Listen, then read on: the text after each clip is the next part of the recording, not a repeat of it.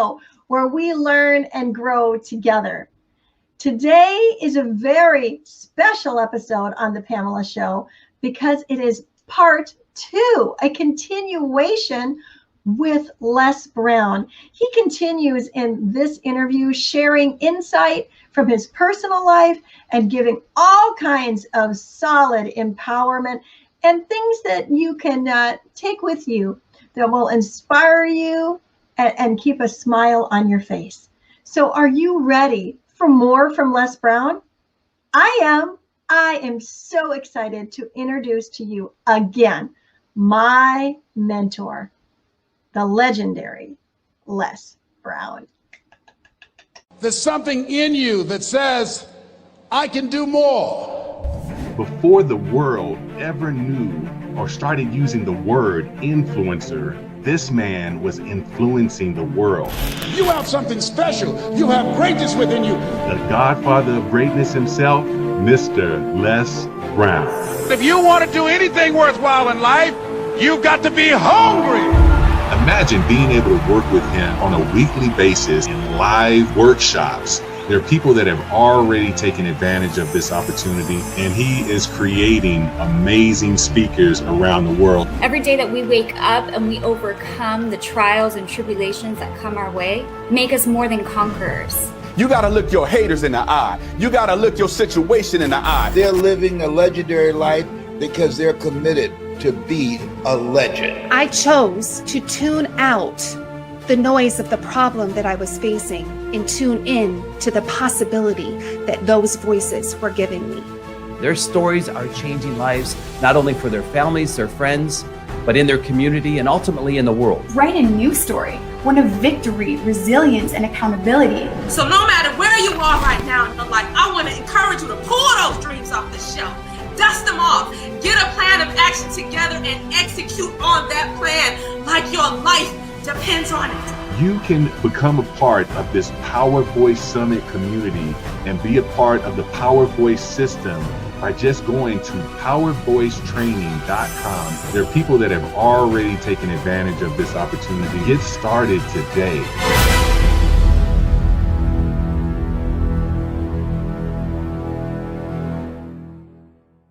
And, you know, as you're sharing all of this, I'm just so stirred inside because Mr. Brown, you have always been such a motivator and a light to so many. And it's such a joy to hear you share your family story and hear your platform that you've built.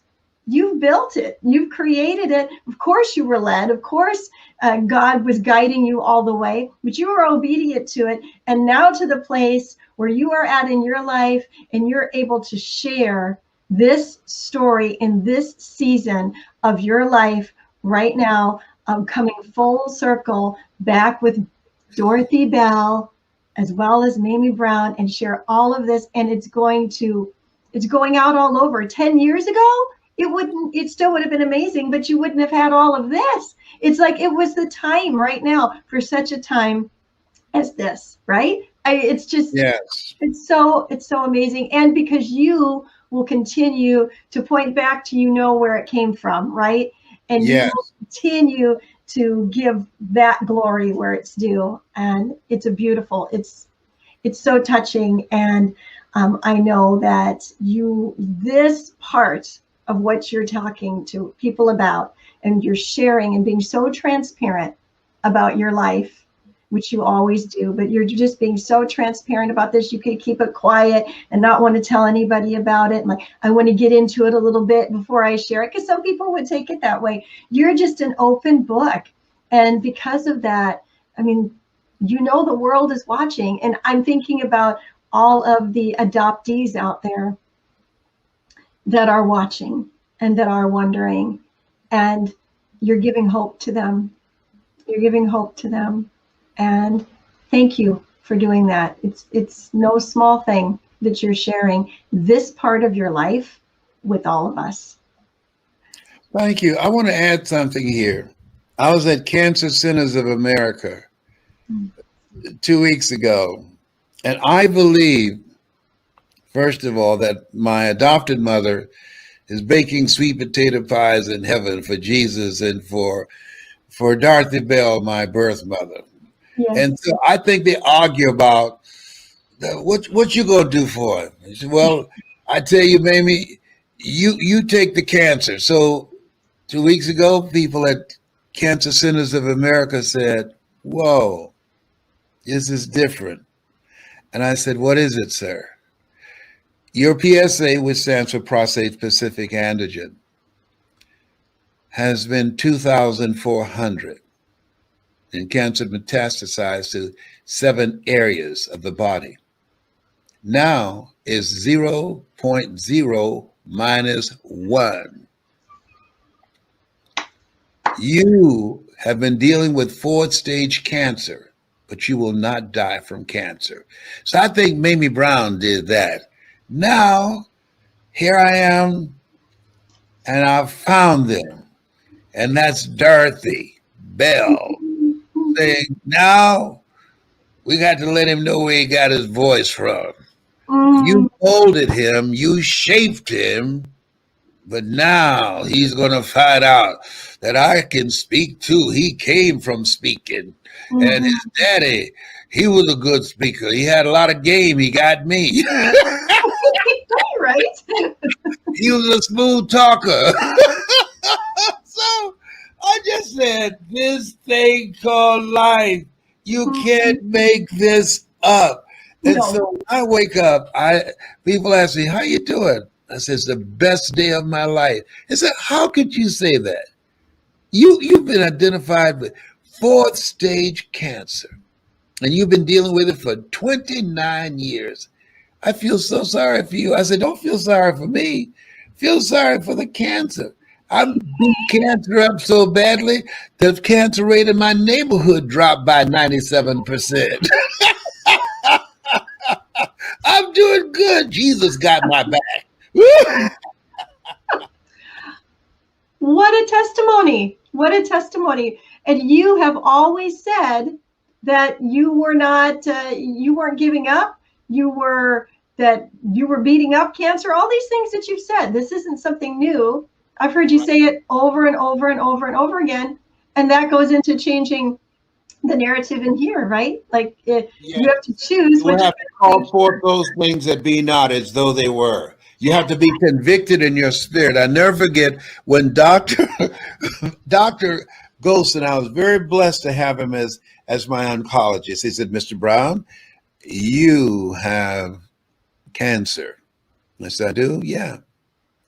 And it's metastasized to 7 areas of your body. I said, is there anything else? Yes. And it's in your spine too. I said, is there anything else? He said, yes. I said, what is it? He said, and you're ugly too. I said, you didn't call me ugly, did you? He said, yes, you're ugly. Yes, yes. He said, but you got this.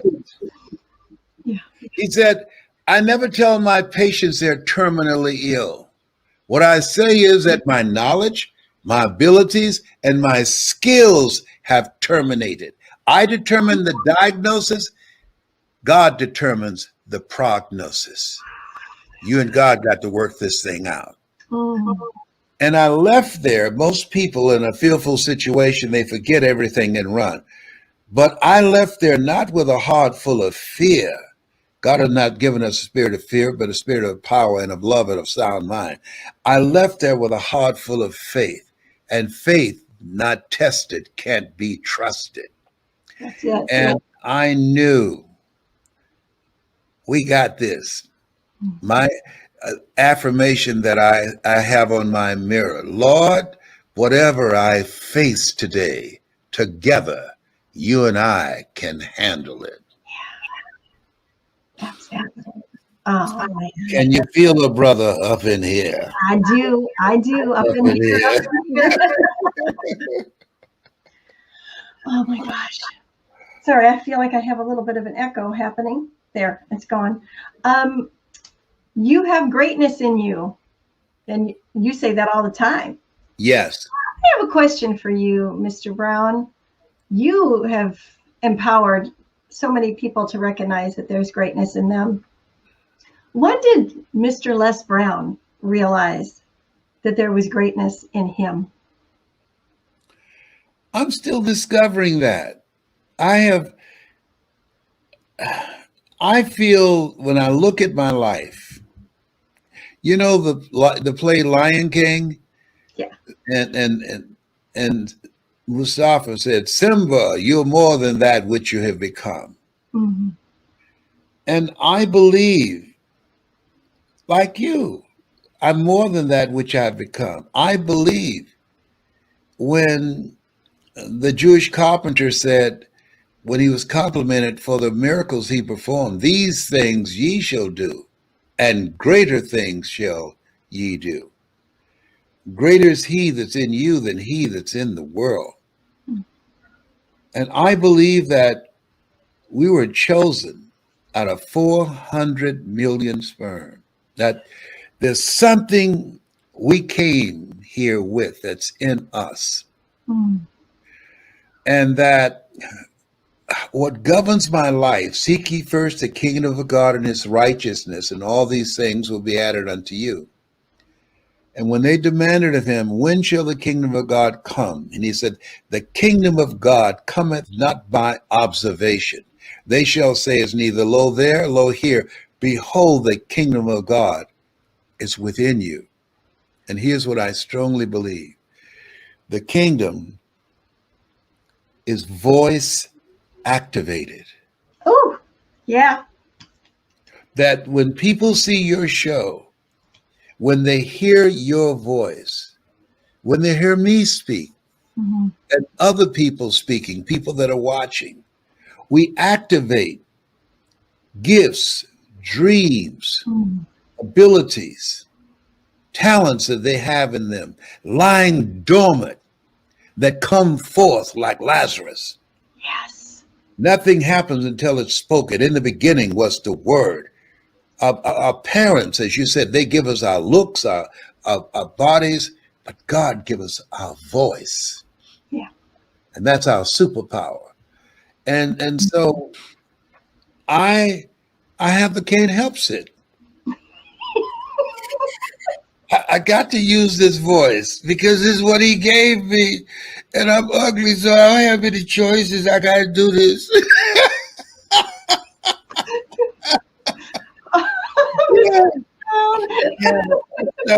So it's I know the journey that got me here is longer than the journey that I have left. And my goal is to live full and to die empty. Yes. To not leave anything on the table. Mm-hmm. You know, I'm not a religious person. Religious people are afraid of going to hell. The mm-hmm. spiritual people have been there. And hell to me is what you experience when you die and you meet the person that you were supposed to become. Wow. Yes. Yes. Mm. You meet the person that you're supposed to become. You see the work that you were supposed to do. Saying, we came to you. Only you could have given us life, and now look at us. Mm. And so I think that there's something on all of us that says, speak, Lord, thy servant heareth thee. And I have been obedient. I listened. I followed. I didn't know how I was going to do the things that I set out to do, but I remember a reporter asked Mamie Brown, how did you know you can raise 7 children by yourself? You never had children. And she said, I just felt that the Lord will make a way somehow. And I say to people, if there's something in your heart that you want to do, live a heart-centered life. Don't listen to your mind. Your mind has been trained to be practical and logical and realistic. And when there's an argument between your mind and your heart, follow your heart. But where your heart is, there your treasure is also. Yes, it's so true. And you are a living example of that in everything that you do. You mentioned legacy, and this thought came up as you said that Mr. Brown he is living his legacy, not leaving a legacy. but you're living it, pouring it in to so many. And last night in class, you made a statement. You said that you were not going to go out of this world with regrets. And that really spoke to me last night. My motto, or my husband's and my motto together, part of our direction in life, is that we will say to each other, no regrets. And so that really hit me when you said that last night.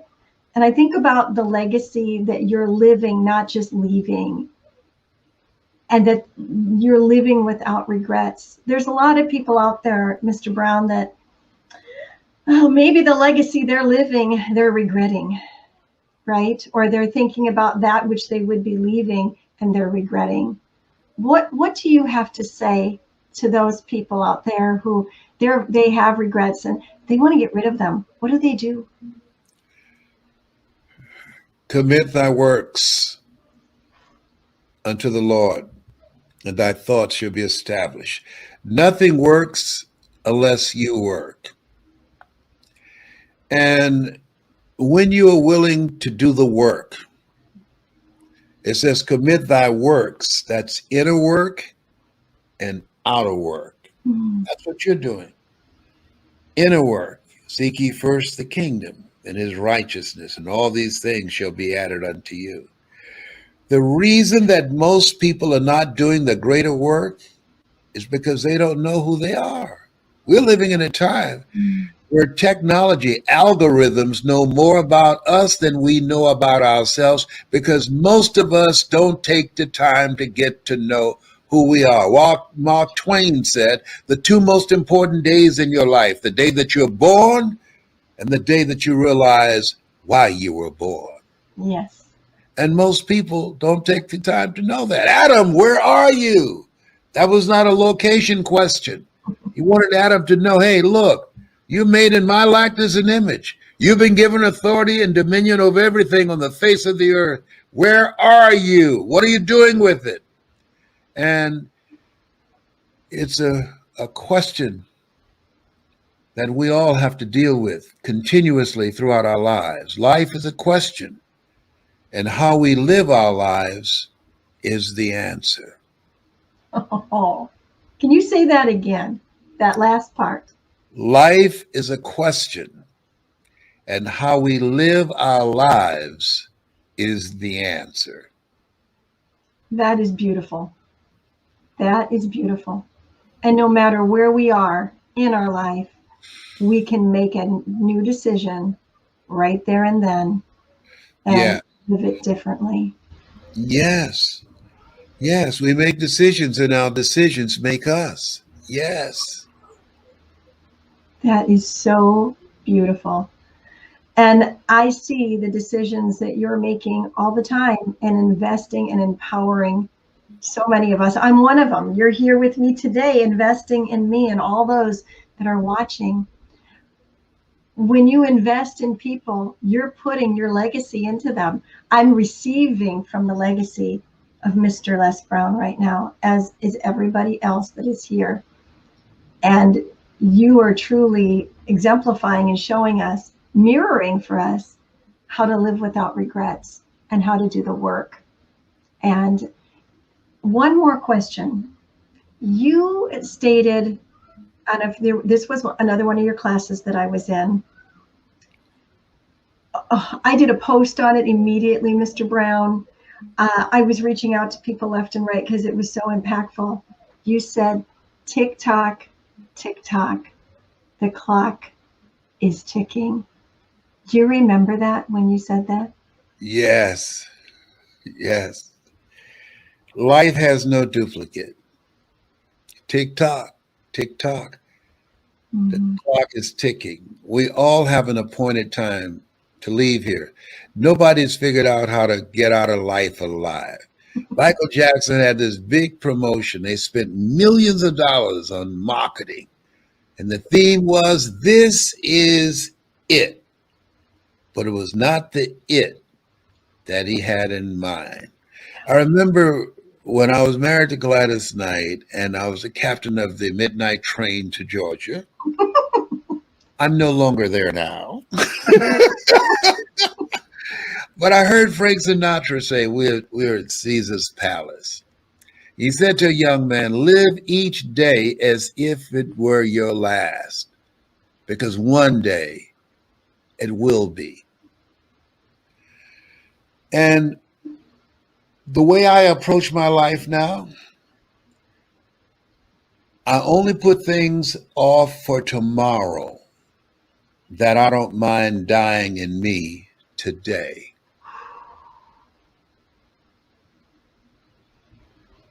Wow. As my mother would say, put that in your pipe and smoke it. That is powerful. Well, when you made that statement, I know that the whole class was affected. You were talking about, you were debating as to whether you were, I think you were going to do a live, and you were debating as to whether you were going to do a live. And then you heard what you said you felt was the voice of God saying, tick tock, tick tock. You got to forget it. And then there was a man whose life was saved because of that. He was at the end of his rope. And once again, you made a conscious choice to get up and do it, even though your body was tired. And everybody would say, oh yeah, you have a right. You might have a reason, but I'll say it this way. We might have a reason, but we don't necessarily have a right. And if you had taken your reason and stayed down, who knows what would have happened to that young man. But because you went live. Yeah, he sat on the side of his bed, and he told it the other night on a clubhouse, and had a gun to his head. And he heard my voice and decided not to pull the trigger. Only God. And only God. And because you chose to listen to the tick, tick, tick and get up. Get up. I heard this voice say, get up and go on. Man. Don't worry, you're not getting paid for it. I've already paid you in full. You're still here. Get up. Get your behind up now. And speak. I gave you a voice. That voice is for me to do my work. Get up. Yes. I said, yes, sir. I got up. And talk about doing his work. There was a life that was changed, saved, transformed. And now, because of technology and the empowerment of using our voice that you've taught us, he's on Clubhouse and I'm sure many other platforms, sharing that story and empowering and changing and touching the lives of so many all over. And it's like dominoes, isn't it, Mr. Brown? It just keeps going and just keeps going. Yes, that's why we have to multiply our voices, doing what you're doing. We are enrolling other people to share our vision in a time with so much divisiveness and evil and hatefulness. Evil prevails when good men and women do nothing. And when you do the work that you are supposed to do, the greater work, and I do the work that I'm supposed to do, we're bringing the light and to dispel the darkness. We're bringing love. God is love, and he who dwelleth in love dwelleth in God, and God in them. And we must be patient and know and trust and know that all things work together for good for those who love God and for those who are called according to his purpose. This stuff where we are now, this thing that we are going through now has not come to stay. It has come to pass. So true.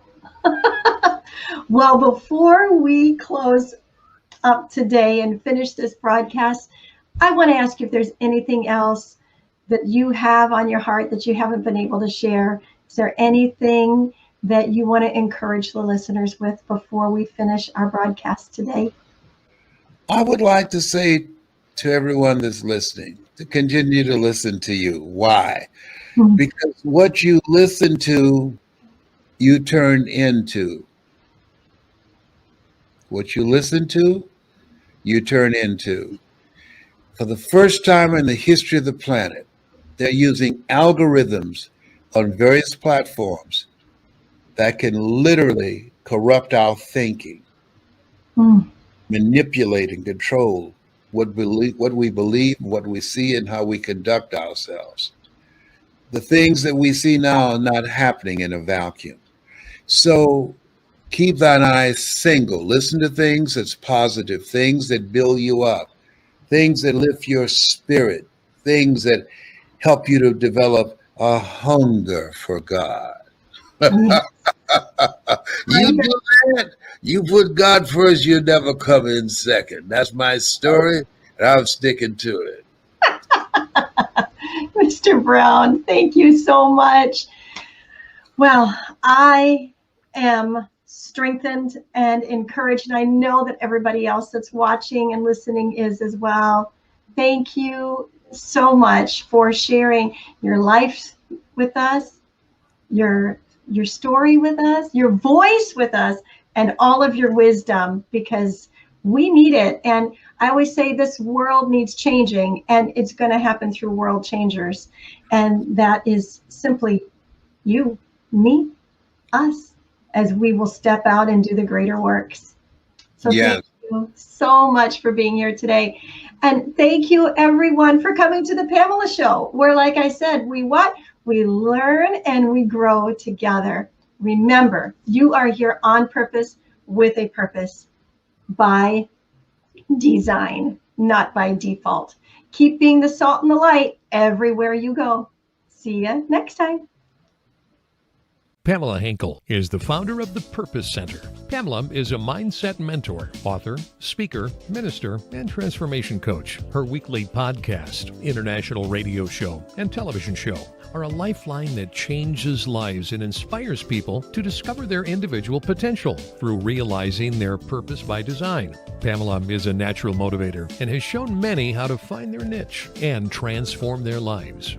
Although success is an uphill battle, Pamela gives the necessary strategies to flourish, cheering you on every step of the way. Pamela shares from her personal experiences, education, and life as a woman in leadership, utilizing decades of knowledge. Taking the approach of, let's have coffee and chat, she will awaken your dreams and purpose by design. Are you ready for Pamela to help guide you? Email us at purposewpamela.office@gmail.com or go to her website at purposewithpamela.com.